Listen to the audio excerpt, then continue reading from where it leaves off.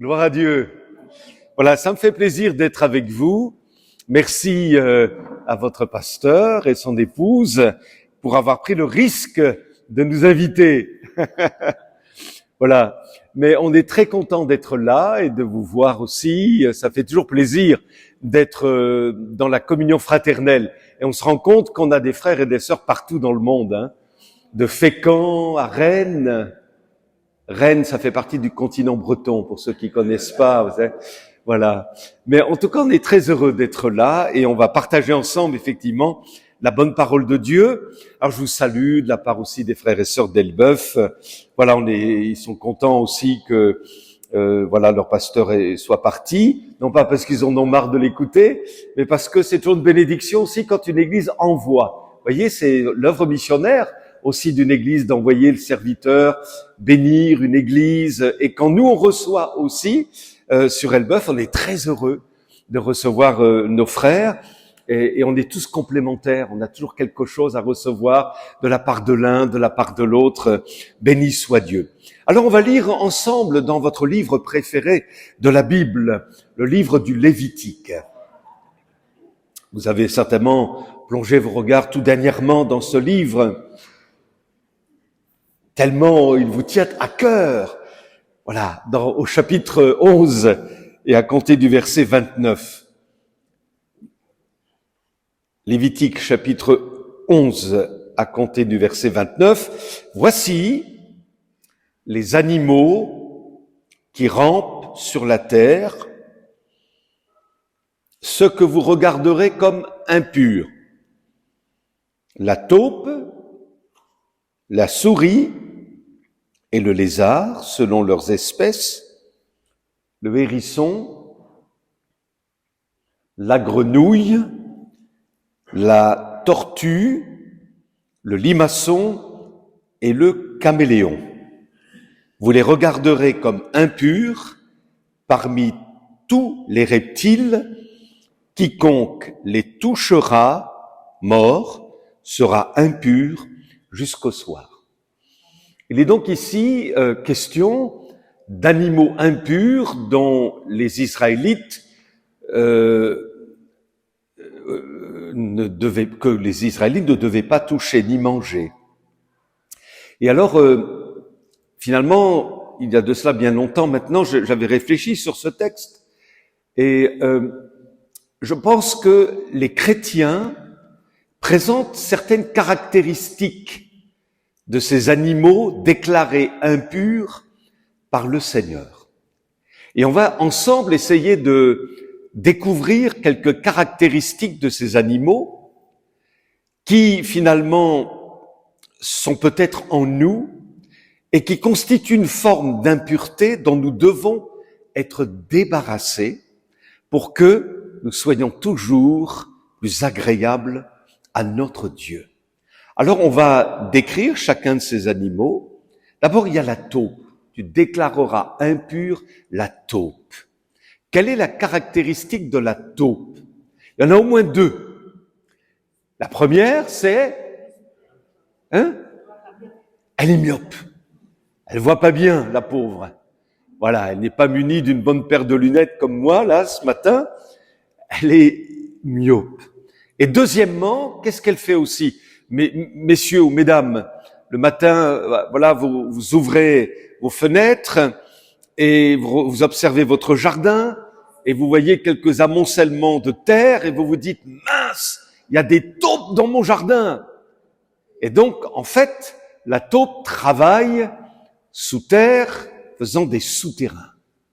Alors, la première caractéristique de la taupe, c'est qu'elle ne voit pas bien. Elle est myope. Et vous savez que nous, en tant qu'enfants de Dieu, nous avons besoin de voir clair. Et d'ailleurs, quand nous n'étions pas convertis, et peut-être qu'il y a quelqu'un au milieu de nous qui n'est pas encore tout à fait positionné en Jésus, qu'est-ce qui se passe? C'est qu'on est aveugle, en fait.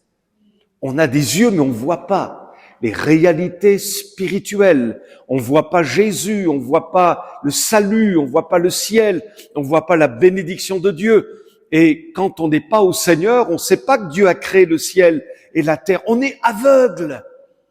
Et finalement, quand on se convertit, quand on accepte Jésus dans notre cœur, il nous rend la vue, de telle sorte que nous puissions dire, je vois, ça y est, je vois. Autrement dit, je comprends. Mais oui, c'est Dieu le Créateur, c'est Dieu mon Sauveur. Alléluia. Mais une fois qu'on est converti, vous savez que parfois, on peut avoir aussi quelque peu des troubles de vue. On ne voit pas comme Dieu veut que nous voyons. Il y a un exemple dans l'Ancien Testament, notamment celui de Lot. Vous vous souvenez qu'à un moment donné, il y a eu des disputes entre les bergers de Lot, les bergers d'Abraham. Ils faisaient route ensemble. Et pour qu'il y ait la paix, à un moment donné, Abraham a dit, écoute Lot, c'était le neveu d'Abraham, écoute, voilà, c'est toi qui vas choisir l'endroit où tu vas t'établir. Si tu vas à droite, moi, je vais à gauche. Et si tu vas à gauche, moi, j'irai à droite. Très conciliant d'ailleurs, Abraham. Et à ce moment-là, l'autre regarde le territoire où il est et il aperçoit au loin des plaines fertiles où étaient établies les villes corrompues de Sodome et Gomorrhe. Et Lot, voyant la fertilité de ces terres, sans tenir compte de la corruption de Sodome et Gomorrhe, a dit, c'est là que je veux m'établir. Et Abraham, quant à lui, s'est contenté des montagnes quelque peu rocailleuses. Bon, tant pis pour le tonton. Moi, je choisis le meilleur. Moi, j'ai vu ce qui était le meilleur pour moi. Et au lieu de considérer les intérêts de Dieu, il a considéré les siens. Au lieu de faire prévaloir la volonté de Dieu, il a fait passer en avant sa propre volonté. Et voyez-vous, parfois, nous n'avons pas le bon discernement. Et nous avons besoin d'un divin collier par le Saint-Esprit pour que nous voyions les choses de la bonne manière. Vous savez, je ne sais pas si vous avez déjà vécu ça dans votre église, je ne le souhaite pas, mais il arrive parfois que des faux frères s'introduisent dans l'église. Alors n'allez pas considérer tous vos voisins, vos voisines comme des faux frères, des faux sœurs. Il arrive aussi que des faux prophètes s'introduisent dans les églises. Moi, j'ai connu ça aussi et c'est redoutable. Et c'est là que vous voyez à quel point l'église manque de discernement. Et que dans les temps que nous vivons, nous avons vraiment besoin de voir clair par le Saint-Esprit et d'avoir du discernement pour dire, lui là, ça va pas. Or, le problème, c'est que j'étais quelque peu en difficulté par rapport à une personne qui était dans l'église et qui finalement attirait tous les suffrages en sa faveur. Je me suis dit, oh là là, personne ne voyait dans l'église. Il y avait un problème, personne ne le voyait. Jusqu'au jour où un couple de l'église, spirituel, on va dire, bien enraciné dans la personne de Jésus, dans la parole, est venu me voir en me disant, Daniel, là, lui, là, il a un problème. Et si on ne gère pas cette situation, l'église va s'en trouver mal. Bon, le Seigneur a fait grâce. Cette personne est partie sans que j'aie à lever la main, sans que j'aie à faire quoi que ce soit. Dieu l'a écarté. Et la paix est revenue. Mais là, j'ai réalisé que finalement, l'Église n'était pas prête encore. Et je vous dis, bien-aimés, je ne souhaite pas que vous connaissiez ça. Mais le jour où ça peut arriver, ayez l'œil. Ayez l'œil. Ayez du discernement. Ayez le regard conduit par le Saint-Esprit et discernez qui est de Dieu et qui n'est pas véritablement de Dieu. Alléluia. Je me souviens d'une situation d'une jeune fille qui est tombée amoureuse. Ça arrive, hein. Vous vous souvenez, mesdames, quand vous êtes tombées amoureuses, hein? Et donc, elle est tombée amoureuse. Le problème, c'est que le garçon était pas bien. Et la maman l'avait vu, elle avait discerné que ce gars-là, il n'était pas fait pour sa fille. Et puis, elle le lui a dit avec beaucoup d'amour, mais ce garçon, Je crois pas qu'il soit fait pour toi. Je crois pas. Mais maman, je l'aime. Puis finalement, ils sont allés ensemble, mais ça a été une catastrophe. Et quand je vous dis catastrophe, le mot est relativement faible. Ça a été vraiment terrible. Et puis, ça aboutit à un divorce, évidemment, avec beaucoup de souffrance, non seulement pour elle, mais aussi pour les enfants, qui en ont porté les conséquences. Voilà, elle n'avait pas eu le discernement. Voyez, c'est important que nous demandions au Seigneur le discernement de telle sorte que nous ne soyons pas comme des chrétiens taupes. Est-ce qu'il y a des chrétiens taupes au milieu de nous? Non. Et la deuxième caractéristique aussi de la taupe, c'est que elle travaille d'une manière souterraine. Vous voyez, d'une manière souterraine. Et il peut arriver que dans les églises, il y ait des chrétiens taupes qui fassent les choses non pas dans la lumière, mais dans les ténèbres. Et quand finalement, quelque part, nous critiquons, nous médisons, lorsque quelque part nous prenons des initiatives sans que ce soit concerté, sans que ce soit dans le partenariat, la soumission biblique aux autorités de l'Église, aux frères et sœurs responsables, aux pasteurs, c'est une manière d'agir comme la taupe. Et ça fait quoi? Ça fait des dégâts. Et tout ce qui n'est pas à la lumière doit être dénoncé au nom de Jésus. Y a-t-il des chrétiens taupes au milieu de nous? Que le Seigneur alors, si c'était le cas, puisse vous faire grâce, vous délivrer. Vous vous souvenez d'Absalom, le fils de David, un des fils de David, qui essayait aussi d'avoir tous les suffrages en sa faveur et qui attirait la faveur des uns, la faveur des autres, aux dépens de son père qui était roi, parce que lui s'estimait être en fin de compte le roi, le vrai roi. Il faisait un travail souterrain. Hey, toi là, écoute, t'es sympa, toi, t'es sympa. Tu vois mon père David, non, le vieux maintenant. Il est dépassé maintenant, il est d'une autre génération. Mais moi, je fais l'affaire. On fait ami. Allez, tu es avec moi maintenant. T'es dans mon cercle à moi maintenant, ok? Et il travaillait comme ça, d'une manière souterraine. Et résultat, qu'est-ce qui s'est passé? Il y a une division au sein du peuple d'Israël. Et David a été obligé de quitter Jérusalem dans l'humiliation. Heureusement qu'il avait encore des fidèles à ses côtés. Mais tellement d'autres personnes, dont un dénommé, comment il s'appelait? Celui qui avait la sagesse. J'ai oublié son nom.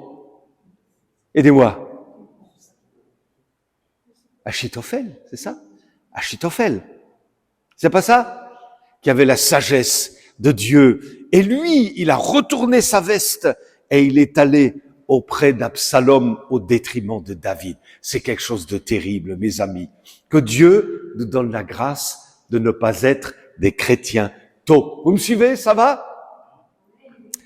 La souris. On passe au deuxième animal. La souris. Elle est impure, la souris. Et vous savez, plus j'ai des entretiens avec des bien-aimés, plus je me rends compte qu'il y a un problème. Je ne sais pas si ça touche votre église, mais ça en touche quand même pas mal. Dernièrement, il y a eu un service de baptême dans une église, et il y avait pas mal de jeunes, gloire à Dieu, qui prenaient le baptême et qui témoignaient les uns après les autres. Et figurez-vous que chacun d'entre eux a dit avoir un véritable problème avec la pornographie. Et ce qui est incroyable, c'est qu'on a vraiment le sentiment maintenant que quasiment il n'y a pas un jeune qui n'a pas été confronté à ce problème. Et ça touche aujourd'hui nos églises. Pas seulement que des jeunes. Et un collègue me disait dernièrement, mais tu sais, j'ai eu contact avec des jeunes filles de mon église, mais maintenant il n'y a pas que les gars qui sont confrontés à la pornographie, il y a aussi les filles. Je dis, waouh, il y a un vrai démon là-dedans. Il Il y a un problème incroyable avec les médias. Il faut vraiment savoir les gérer, les maîtriser vraiment. Et vous savez, il y a la souris de l'ordinateur. Elle peut être sympa, cette souris, quand on va sur les bons sites, au bon endroit. Mais il peut arriver qu'il y ait de mauvais clics. Vous me comprenez, vous me suivez. Et combien de personnes en secret sont dans la difficulté parce qu'il y a une attirance, il y a quelque chose. Et est-ce que je clique là? Il y a une envie. Et certains ont vraiment des problèmes majeurs avec ça. Je vois une personne là qu'on suit et cette personne-là, elle attend que son épouse aille se coucher et puis non, moi je reste encore, voilà. Puis quand l'épouse est partie, quand il n'y a plus personne, tout le monde dort à la maison, lui, il clique avec sa souris au mauvais endroit. Il peut pas s'en défaire. Il n'arrive pas. Il y a comme une attirance, une pulsion incroyable, un lien qui a besoin, au nom de Jésus, d'être coupé. Et si tu es dans cette difficulté, eh bien, crie au Seigneur. Confesse ton péché. La Bible dit, confessez les uns aux autres votre péché afin que vous soyez pardonnés. Alléluia. La délivrance, elle passe par la confession. Et nous devons dire à Dieu, je renonce. Je renonce. Et avec autorité, nous chassons les esprits impurs et nous invitons Jésus à régner. Alléluia. Dieu veut un peuple saint, un peuple pur. Alléluia. Un peuple sanctifié parce que Jésus revient bientôt. Mais nous voyons bien tout le travail du diable, mes amis, qui essaie d'infiltrer nos mentalités et de faire passer ses messages à lui, même au sein de l'Église et de notre jeunesse particulièrement. Alors soyez délivrés au nom de Jésus. Ce matin, alléluia, et que le Seigneur vous garde de ces choses infâmes. En réalité, c'est infâme. Ça vient de l'enfer. Il faut bien comprendre ça. Ça vient de l'enfer que le Seigneur délivre. Alléluia. Le chrétien taupe, le chrétien souris, le chrétien lézard. Ça vous arrive d'en voir? Il fait un petit peu plus chaud que maintenant. Vous êtes sur la plage et vous voyez près des broussailles là des lézards. Enfin, puis vous vous approchez du lézard, hop, il file vite le lézard. Hein. Mais quand vous les observez, qu'est-ce qu'ils font? Ils se dorment au soleil. Le chrétien lézard, c'est celui qui se dort au soleil de ce monde. Il n'est pas sous les rayons du soleil de justice, Jésus, mais il préfère se dorer au soleil de ce monde. Il fréquente l'église, il s'est peut-être fait baptiser, il a une Bible sous le bras, il chante, mais il n'est pas consacré. Il est attiré. En fait, c'est un chrétien mondain, quoi. Le chrétien lézard, c'est un chrétien mondain, voyez, qui, au lieu de donner sa vie entièrement, concrètement à Jésus, a encore des domaines dans sa vie qui appartiennent au monde. Voyez, il y a des chrétiens qui ont la télévision tous les soirs allumée, tous les matins, tous les midis, tous les après-midi, tout le temps finalement. Vous avez des messieurs, je parle de choses que j'ai entendues, que je vois, que j'ai côtoyées aussi. Des chrétiens, une fois qu'ils rentrent du travail, ils montent dans leur chambre et ils font des jeux vidéo. Pendant que madame, elle s'occupe des petits bonhommes et elle fait le ménage, elle a déjà travaillé sa journée. Waouh! Vous allez me dire, ça existe? Non, pas à Fécamp, bien sûr, ça n'existe pas. Mais ça existe ailleurs, ça. Que le Seigneur fasse grâce. Vous savez, l'apôtre Paul déplorait déjà en son temps qu'il y avait des chrétiens lézards, pas consacrés vraiment. Et il dit, je n'ai personne ici qui partage mes sentiments. Pour prendre à cœur votre situation, tous, en effet, cherchent leur propre intérêt et non ceux de Jésus-Christ, Seigneur. Vous savez, c'est très étonnant. Vous avez parfois des assemblées assez conséquentes pour notre nation. Elles ne le sont pas pour d'autres nations où les églises contiennent des milliers de membres, mais chez nous, on n'en est pas là encore. Mais vous avez des églises conséquentes, 300, 400 personnes et un peu plus même. Et j'en connais certaines, le moment de prière, vous avez 50 personnes, 30. Vous comprenez ce que je veux dire? Et là, il y a un problème. Il y a un problème parce que la prière, c'est important. Vous êtes d'accord avec moi? Et s'il y a bien une réunion qui est capitale, c'est celle de la prière. Voilà. On peut avoir une rame sur un bateau, mais il faut une deuxième. Avec une rame, on tourne en rond. Et si on ne se contente que du dimanche, je ne dis pas ceux qui ne peuvent pas, il y a ceux qui en hiver ne peuvent plus conduire avec des problèmes d'yeux, etc. On n'en est pas là à se juger les uns les autres. Mais peut-être que certains se disent, oh, ça me dit rien. Ça me dit rien.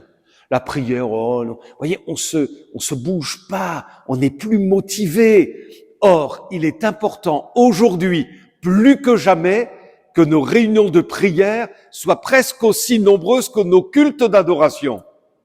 Je m'attendais à un amen qui monte jusqu'au plafond, là. Hein. Un jour, un pasteur de Marseille était venu nous voir, jusqu'en Bretagne à l'époque. Waouh, un Marseillais en Bretagne. Et puis on a échangé ensemble, on parlait un peu de l'église, de plein de choses. Et je lui ai dit, mais waouh, à Marseille, ça doit pas être évident les réunions de prière. À Marseille, ça craint quand même. Hein. Il m'a dit, oui, ça craint là-bas, ça craint. Bon. Il me regarde et il me dit, mais tu rigoles. On est presque autant à la réunion de prière qu'au culte d'adoration du dimanche. Et il me dit, mais tu sais, les mamans là-bas dans les cités et tout, quand elles voient leurs gamins qui partent en live, elles ont besoin de remporter des victoires. Elles mènent le combat déjà chez elles, mais elles veulent aussi mener le combat avec l'Église, avec les autres sœurs, avec les autres frères qui connaissent des situations difficiles. Alors on prie, alléluia, on cherche Dieu, même à Marseille, l'Église elle est pleine, alléluia. Et il y a d'autres assemblées dans d'autres pays, par exemple, je pense à une église qui se trouve à Brooklyn. Ça craint là aussi un peu, non? Pour ceux qui connaissent, ça craint Brooklyn. Ce sont des milliers de gens qui prennent sur eux, après leur journée de travail, ils prennent les métros, les bus, et ils se rendent à l'église le mardi soir. Et là, le pasteur dit, j'ai ma réunion la plus importante.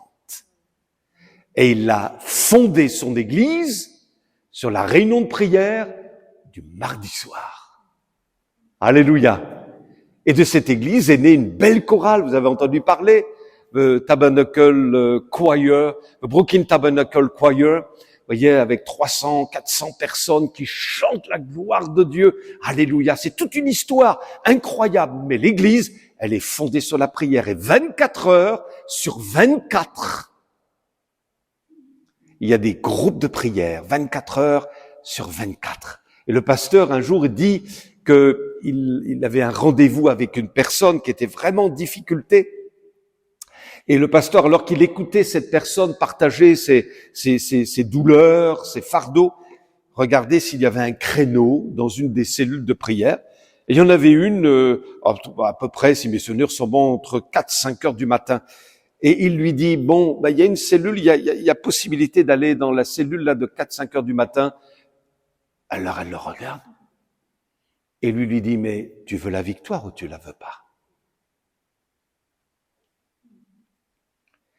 Nous crions pour un réveil, nous crions pour que ça change, nous crions pour que les pécheurs tombent sur leur face, nous prions pour que les malades soient guéris, que des démons soient chassés, mais il y a un prix à payer, il y a un coût, et il faut prier, alléluia, chez vous, beaucoup, je vous encourage, priez, priez, priez, saturez vos vies de prière, alléluia. Et dans l'Église, privilégiez cette réunion d'intercession. Les jeunes, les moins jeunes, et cherchez Dieu. Même si vous n'êtes pas très nombreux, c'est pas grave. Les réveils ont commencé avec des petits groupes, de mamies en général, de mamies qui ont prié. Je pense au réveil des îles Hébrides, près de l'Écosse. Et il y avait vraiment une dépravation terrible dans ces îles-là, beaucoup d'ivrognes, beaucoup de malédictions, beaucoup de familles détruites. Et puis ces mamies, elles ont prié, elles ont dit à leur pasteur, nous on veut prier frère, on veut prier, on veut un réveil. Et puis elles ont persévéré, et le Seigneur a ouvert le ciel de telle sorte que l'Esprit de Dieu descende. C'est possible partout.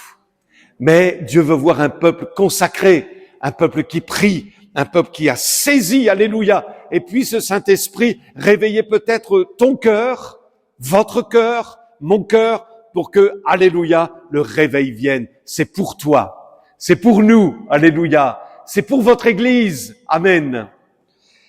Ça va, vous me suivez? Le chrétien sourit, le chrétien lézard. Et puis alors, oh là là, maintenant il y a un autre animal. Alors celui-là, oui, c'est le hérisson qui s'y frotte, s'y pique. Est-ce que tu es comme un chrétien hérisson qui se met en boule dès qu'on lui dit quelque chose? Hein? Le chrétien hérisson. Ça arrive parfois. Lorsque je suis arrivé un jour dans une église, je devais prendre cette église et on a fait un petit peu le tour avec le pasteur qui me passait le relais. Et puis il m'a pas dit grand-chose, mais il m'a dit, ah, lui là, si tu t'en approches, il va te piquer. Et oui, il m'a piqué. Oui. Et puis j'ai bien vu que, waouh, un chrétien hérisson. Un chrétien hérisson à qui on ne peut rien dire, qui interprète toujours mal les choses. Il m'a pas dit bonjour. Le pasteur est pas venu me visiter. Là, vous voyez, des gens mécontents, qui ils voient pas positivement les choses, avec l'amour de Dieu, attirant la bénédiction de Dieu, dans le contentement de Dieu. Non, il faut que ça pique. Il faut que ça pique. Et ça, c'est terrible. Et ça s'appelle la maladie du mauvais caractère. Vous savez comment on l'appelle bibliquement? La jonasite. Jonas, il avait pas très bon caractère, quand même, si. C'était pas facile, hein, tout en étant prophète. Mais il était atteint de la jonasite. Il n'était pas content des agissements de Dieu. Il n'était pas content contre la population autour de lui. Bref, la jonasite. Mais mes amis, il faut que le Seigneur puisse faire un travail dans notre cœur. J'ai beaucoup apprécié un jour un collègue qui nous avait partagé la parole de Dieu. Il avait parlé du cœur. Vous savez que David était l'homme selon le cœur de Dieu. Il a fait des bêtises pourtant, mais il avait un cœur capable de se remettre en cause, capable de se repentir, capable de dire « Pardon Seigneur, c'est moi. » Oh, c'est bon ça. Vous voyez, quand on dépose les armes. On se bat pas contre Dieu, on se bat pas contre notre frère, contre notre sœur, contre notre pasteur, on se bat pas. Non. On veut être des artisans de paix, des soldats de Jésus-Christ et avoir le cœur selon le cœur de Dieu. Et alors ce frère nous disait vous connaissez le Saint-Hubert? Le beurre. Saint-Hubert. Vous voyez la différence avec le beurre autre? C'est que quand vous le mettez dans le frigidaire, après le matin, quand vous prenez votre petit déjeuner, c'est dur. Le beurre est dur. Et puis alors pour l'appliquer sur votre biscotte ou votre pain, c'est difficile. Ça fait des morceaux. On peut pas vraiment étaler ce beurre-là. Mais le Saint-Hubert, il reste mou. Et donc, vous prenez votre couteau, vous prenez votre beurre Saint-Hubert et vous l'établez aisément sur votre biscotte. Il dit voilà, il faut que notre cœur soit comme le Saint-Hubert. Et même, vous voyez, avec votre couteau, avec les couteaux dentelés, vous pouvez faire des petits dessins facilement sur la surface de votre beurre Saint-Hubert. Eh bien, moi, je crois que le Saint-Esprit veut dessiner dans notre cœur l'image de Jésus. Un cœur selon le cœur de Dieu. Ça fait du bien d'être auprès d'un frère, d'une sœur dont le cœur est marqué par l'amour de Dieu, la présence de Dieu, la sainteté de Dieu, la gloire de Dieu, la paix de Dieu. Alléluia. Et vous voyez, parfois, on a encore nos cœurs durs. J'ai encore un cœur dur. Il faut que le Seigneur le burine. Ça avait un cœur de breton, vous voyez. C'est comme du granit parfois, hein. Et il faut que l'Esprit vienne buriner, travailler pour que l'image de Jésus puisse apparaître. Alléluia. Avoir du cœur. Être un homme, une femme, selon le cœur de Dieu. Non pas être un chrétien hérisson, mes amis. Oh, que Dieu nous fasse grâce. Alléluia. Mais qu'il y ait dans votre Église une grande dimension, et je pense que c'est ce que vous vivez, de communion fraternelle, d'amour fraternel. Alléluia. Et qu'ainsi, vous soyez réjouis. Gloire à Dieu.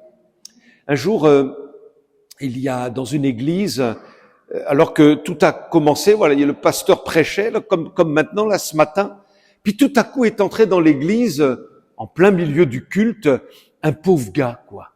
Vous voyez.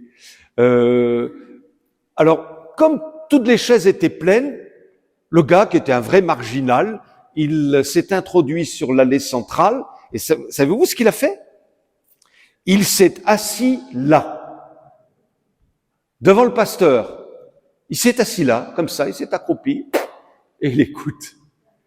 Alors vous imaginez, là, du coup, le pasteur était mal dans son message. Comment recapter l'attention? Difficile. Comment recapter l'attention? C'est pas facile. Et là, à ce moment-là, il y a un vieux frère de l'assemblée qui se lève. Alors les sœurs et les frères se disaient, oh, qu'est-ce qui va se passer là? Et le vieux frère, il s'approche du jeune et difficilement, puisqu'il avait quand même un corps vieilli, il réussit à s'accroupir à côté du jeune homme. Et le jeune homme, un peu, voilà, on va dire tendu, dur, quoi, réactif. Il regarde ce monsieur en lui disant, pourquoi tu t'assois là? Et ce monsieur lui dit, je veux pas te laisser tout seul. Wow. Eh bien, figurez-vous que le midi, après, quand les frères et les sœurs sont retournés chez eux pour prendre leur repas, ils n'ont pas parlé de la prédication, mais ils ont parlé de ce que ce vieux frère avait fait pour ce jeune homme. Amen. Alors je dis pas, faut que ce soit le bazar dans les églises, hein, et qu'on laisse faire n'importe quoi. Mais il y a des temps de Dieu comme ça. Il y a des choses que Dieu permet, le Saint-Esprit conduit, parce que si finalement ce jeune, je sais pas ce qu'il est devenu, mais si on avait dit, bon, toi, tu arrêtes ces histoires, c'est pas comme ça que ça marche ici, sinon tu t'en vas. Vous voyez, il y a des tests comme ça. Si on est des chrétiens hérissons, on va faire fuir tout le monde. Hein. Et dans le monde dans lequel on est, il y a toutes sortes de situations. Et les gens ont besoin après d'éducation, de régénération. Et au début, ils arrivent à l'état brut avec leur péché. Waouh! Et ça peut ne pas plaire à tout le monde. Lorsque je me suis converti, figurez-vous, j'avais les cheveux longs. Vous avez du mal à croire, hein? Et alors, un jour, je me suis retrouvé dans un camp de jeunesse et j'avais fait, vous savez, des petites queues de cheval, là, vous voyez? Et je me rasais et il y avait le responsable qui est arrivé et qui me regardait. Alors moi, j'étais encore un peu révolté, vous voyez, j'étais tout frais dans la foi, quoi.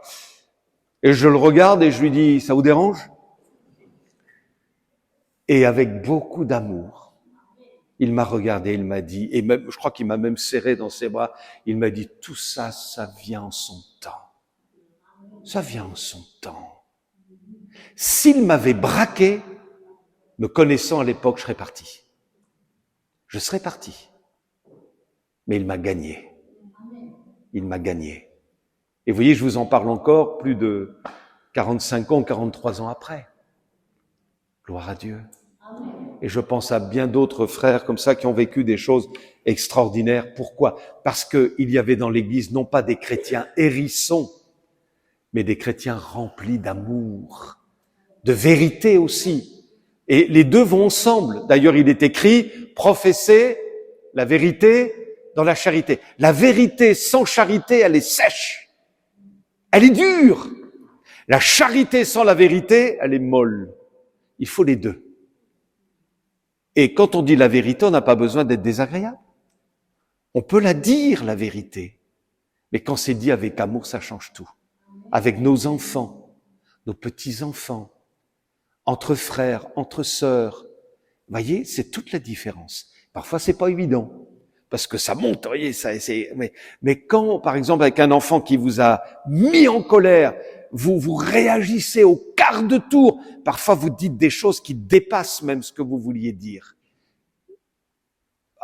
Enfin, vous voyez, je vous fais pas un dessin.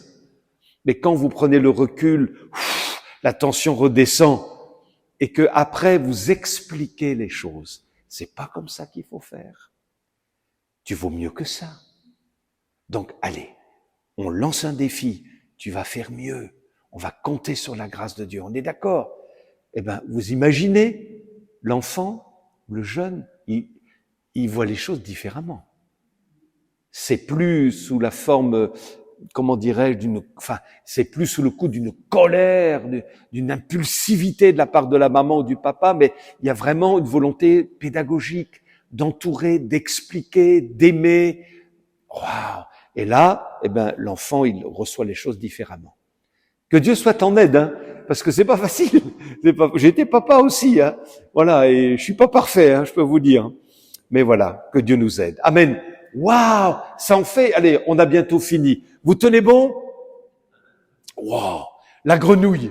Ça vous est déjà arrivé d'aller chasser la grenouille? Ça vous est arrivé? Ça t'est arrivé, Franck? Hein? Et vous avez remarqué que quand vous en prenez une, qu'est-ce qu'elle essaie de faire? Elle peut glisser. Waouh, ça glisse, mince. Et alors, vous courez après, mais ça fait des bonds. Poum, poum, poum. Et vous essayez de la ressaisir comme ça et vous la tenez ferme dans votre main parce que sinon, c'est pas possible. Savez-vous qu'il existe des chrétiens grenouilles qui échappent ou qui glissent volontairement entre les mains du Saint-Esprit? Voyez? Qui glissent. Ouais. On parlait tout à l'heure du prophète Jonas. Il a glissé volontairement entre les mains de Dieu. Dieu lui dit, tu vas là. Il a fait tout le contraire. C'est pas que Dieu ne pouvait pas le garder dans sa main, mais Dieu respecte la liberté de chacun. Il force pas les choses. Voyez? Donc il respecte puis il y a un temps, et il y a eu le temps de Dieu pour que Jonas comprenne. Mais c'est pareil pour nous. Dieu, combien de fois ne nous a-t-il pas parlé? À travers une prédication, une prophétie, des circonstances, on sait qu'on a à changer dans tel et tel domaine. On sait qu'on a à abandonner telle chose. On sait qu'on doit se laisser transformer, qu'on doit faire un progrès ici, un progrès là. On sait. Dieu nous l'a dit déjà. Et puis, on glisse entre les mains de l'esprit et finalement, la vieille nature reprend ses droits. Les vieux travers continuent de prévaloir. Waouh! C'est pourquoi Paul dira à un moment donné, j'ai été saisi par Jésus.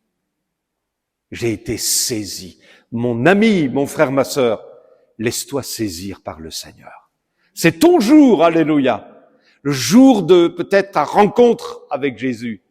Le jour d'une transformation, d'une délivrance, d'une guérison. Laisse-toi saisir par le Seigneur Jésus. Le chrétien tortue, Élie Masson. Jésus revient, Jésus revient. Il n'y a pas le feu au lac. Tout doux, comme diraient les Suisses. Tout doux. L'apôtre Paul dit, moi je cours. Il n'avait pas de temps à perdre. Dans le but de remporter le prix de ma vocation céleste de Dieu en Jésus-Christ. Je cours. Alléluia. Il dit aussi, par ailleurs, en tout cas c'est l'auteur aux Hébreux qui dit, vous auriez dû être des maîtres. Vous auriez dû être déjà arrivé beaucoup plus loin. Mais vous n'en êtes qu'au lait. Voyez? Des chrétiens tordus, limaçons. Mais combien de temps faut-il pour que on accepte de pardonner? Combien de temps? Parfois, vous avez des drôles de réactions chez les enfants de Dieu. Oh, ma fille m'en parlait pas. Ah, m'en parlait pas. Le frère un tel là, oh, n'en parlait pas. Waouh! Il y a des vrais problèmes, hein, parfois. Il faut que ça soit résolu, tout ça, dans le nom de Jésus. Après, vous avez des églises qui sont ligotées. Pas étonnant, avec ce genre d'attitude. Ça bloque quelque chose dans le ciel. Donc, il faut vraiment la grâce de Dieu. Alléluia. Et quand on considère tout ce qu'on a entendu, tout ce qu'on a lu, toutes les vidéos qu'on a regardées, etc., les choses sur YouTube, tout, les messages, où est-ce qu'on en est aujourd'hui? Vous voyez, où est-ce qu'on en est? Finalement, si on avait peut-être mieux assimilé tout ce qu'on a reçu, on serait arrivé beaucoup plus loin. Notre frère nous a lu ce texte tout à l'heure dans l'Épître aux Éphésiens, afin que vous parveniez à la stature parfaite de Jésus-Christ. Alléluia, à cette pleine maturité en Jésus, marchant de progrès en progrès, d'étape en étape. Est-ce qu'il y a des chrétiens tortus au milieu de nous qui n'avancent pas? Vous savez, un pasteur, quand il part d'une église, il fait le bilan. D'abord de sa propre vie, de son propre ministère. Est-ce que ça a été bénissant, pas bénissant? Puis après, il considère un petit peu ce qui s'est passé avec les frères et sœurs dans l'église. Il est arrivé, au départ, il a rencontré les frères et les sœurs, et puis quelques années après, il part, il fait le point, et il se dit, elle, là, est-ce qu'elle a avancé? Je sais pas. Dieu sait, hein, mais ça s'est pas ressenti en tout cas là. Lui, oh ouais, qu'est-ce qu'il a avancé? Qu'est-ce qu'il a décollé? Oh là là, j'étais arrivé, il était un petit peu refermé sur lui-même, je l'entendais pas dans la prière. Et puis là, maintenant, 5 ans après, ça y est, ça s'est débloqué, je l'entends prier. Il m'a demandé d'aller faire de l'évangélisation. Il est beaucoup plus ouvert avec ses frères et ses sœurs. Gloire à Dieu, gloire à Dieu. Voyez, on fait le bilan comme ça. Est-ce que vous progressez? Est-ce que vous ressentez que vous progressez? Est-ce que vous atteignez vos objectifs? Est-ce que vous en avez des objectifs? Je pense que oui. Est-ce que finalement vous vous dites, je suis là, à ce niveau-là, en ce moment, mais je veux arriver là, au nom de Jésus. Je veux arriver là maintenant. Je veux progresser avec le Seigneur. Alléluia. C'est ça qui est important. Sinon, on est comme des chrétiens tortus. Et je conclus. Les caméléons, mes amis. Alors, on sait très bien que le caméléon, sa couleur est déterminée par le lieu où il se trouve. S'il se trouve près de feuillage vert, il devient vert. S'il se trouve près d'un tronc d'arbre marron, le caméléon devient marron, en fonction donc du lieu qui va déterminer sa couleur. Mes amis, soyons chrétiens, de la racine des cheveux, même si on n'en a plus beaucoup, jusqu'à la plante des pieds, 24 heures sur 24, qu'on soit réunis en église, qu'on soit au travail, qu'on soit à la maison, il n'y a pas de changement. C'est ce qu'on a voulu avec mon épouse. Vous voyez, j'ai toujours dit, moi je ne veux pas jouer au pasteur. Et vous avez un pasteur qui est comme ça aussi. Hein. On ne veut pas jouer au pasteur. C'est-à-dire que, voilà, arrivé à l'église, on est des pasteurs là. Ouais. Et puis à la maison, c'est autre chose. Vous comprenez? On est ici, là, comme on est à la maison. Il n'y a pas 2 personnages, 3 personnages. Il y a le frère Intel qui est 24 heures sur 24, ce qu'il est en Christ. Point. Pas de caméléon. Il n'y a pas de caméléon dans la maison de Dieu. Vous comprenez ce que je veux dire? On est pareil. Gloire à Dieu. Parfois, on est un peu étonné de se dire, mais pourtant, ce frère, il paraît bien comme ça dans l'église. Il a l'air sympa. Ouais, mais si tu sais, oh là là, il est pas marrant avec sa femme. Qu'est-ce qu'elle en bave? Et les enfants, ah bon? Mais franchement, moi, je suis surpris de ce que tu me dis là. Pourtant, il paraît si sympathique à l'église, quoi. Non, non, non, non, non, non. Il est pas comme ça à la maison. Chrétien caméléon. Chrétien caméléon. En fonction du lieu où il se trouve, il change de couleur, il change d'identité. Et ce n'est plus le même. Que le Seigneur fasse grâce. Alléluia. Et qu'on soit, 24 heures sur 24, les mêmes. Mais béni soit Dieu. Nous nous réjouissons de ce que déjà l'œuvre qu'il a accomplie en nous, elle est déjà merveilleuse. Amen. Et il va continuer de le faire. Béni soit le Seigneur. Béni soit le Seigneur. Y aurait-il des choses impures en toi? À l'image de la description faite de ces animaux impurs, selon Dieu. Eh bien, si c'est le cas, demande à Jésus ta délivrance. Une victoire. Alléluia. Une victoire en son nom. De telle sorte que tu prospères dans les voies de Dieu. Tu t'épanouisses, tu grandisses, tu deviennes de plus en plus fervent, que ça boue dans ton cœur. Alléluia. Et que tes progrès soient visibles de tous. Alléluia. Ça commence par la famille, ça commence à la maison, et puis après ça se voit dans l'église. Béni soit le Seigneur. Alléluia. On se recueille. Merci notre Père. Merci Seigneur d'agir au nom de Jésus en chacun de nous. Nous sommes conscients, Seigneur, que tu as déjà beaucoup travaillé dans nos cœurs, dans nos vies, dans notre identité, mais qu'il y a encore tellement à faire. Si quelqu'un au milieu de nous n'est pas encore positionné en Jésus, eh bien, touche son cœur, alléluia.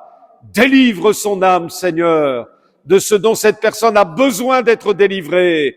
Peut-être qu'il y a des choses encore qui la tiennent en captivité. Libère au nom de Jésus ce bien-aimé, cette bien-aimée, et révèle-toi comme un sauveur admirable. Et puis, pour les autres, Seigneur, qui cheminent avec toi, donne-nous les délivrances dont nous avons besoin, les guérisons, Seigneur, les transformations nécessaires pour que nous avancions, non pas comme dans un carcan, non pas comme étant emprisonnés, mais on veut être libre, alléluia. On veut être libre en Jésus. Seigneur, nous voulons ce cœur, selon ton cœur, un cœur ouvert dans lequel tu vas travailler, un cœur enseignable, un cœur que tu peux transformer. Seigneur, nous prions pour que nous soyons souples entre les mains du Saint-Esprit et que nous devenions enfin l'homme ou la femme que tu veux que nous devenions. S'il te plaît, visite les jeunes gens, visite les aînés, alléluia, visite les veuves, les couples, les foyers, les célibataires, étends tes mains, alléluia, et que la grâce de Dieu, l'action de l'Esprit soit manifestée dans chaque vie au nom de Jésus, que ce soit, Seigneur, comme des trophées de grâce que nous devenions entre tes mains, alléluia, et qu'ainsi nous soyons comme attractifs pour Jésus, que les hommes autour de nous, les femmes autour de nous puissent être interpellés par notre mode de vie, notre manière d'être, jusqu'à nous demander pourquoi nous sommes comme ça. Seigneur, étends tes mains, que cette église soit bénie, que Franck soit béni, Sarah. Seigneur, étends tes mains, alléluia. Toute l'équipe qui entoure mon frère, ma sœur, oh, tous ceux qui sont investis dans ta maison, remplis-les du Saint-Esprit. Bénis, visite Fécamp, Seigneur. Délivre cette ville de toute puissance démoniaque. Au nom de Jésus, nous te livrons la ville afin qu'elle soit sauvée, gagnée par un réveil. Alléluia. Non, Seigneur, je veux proclamer la guérison surnaturelle, les délivrances surnaturelles par la puissance de Jésus. À toi la gloire, à toi la gloire. Nous te livrons la ville. Oh, merci Seigneur. Les entités démoniaques sont chassées au nom de Jésus. Et Seigneur, maintenant tu libères les habitants de cette région. À toi la gloire, ce local sera plein, alléluia. Au nom de Jésus, nous le proclamons, Seigneur. Amen.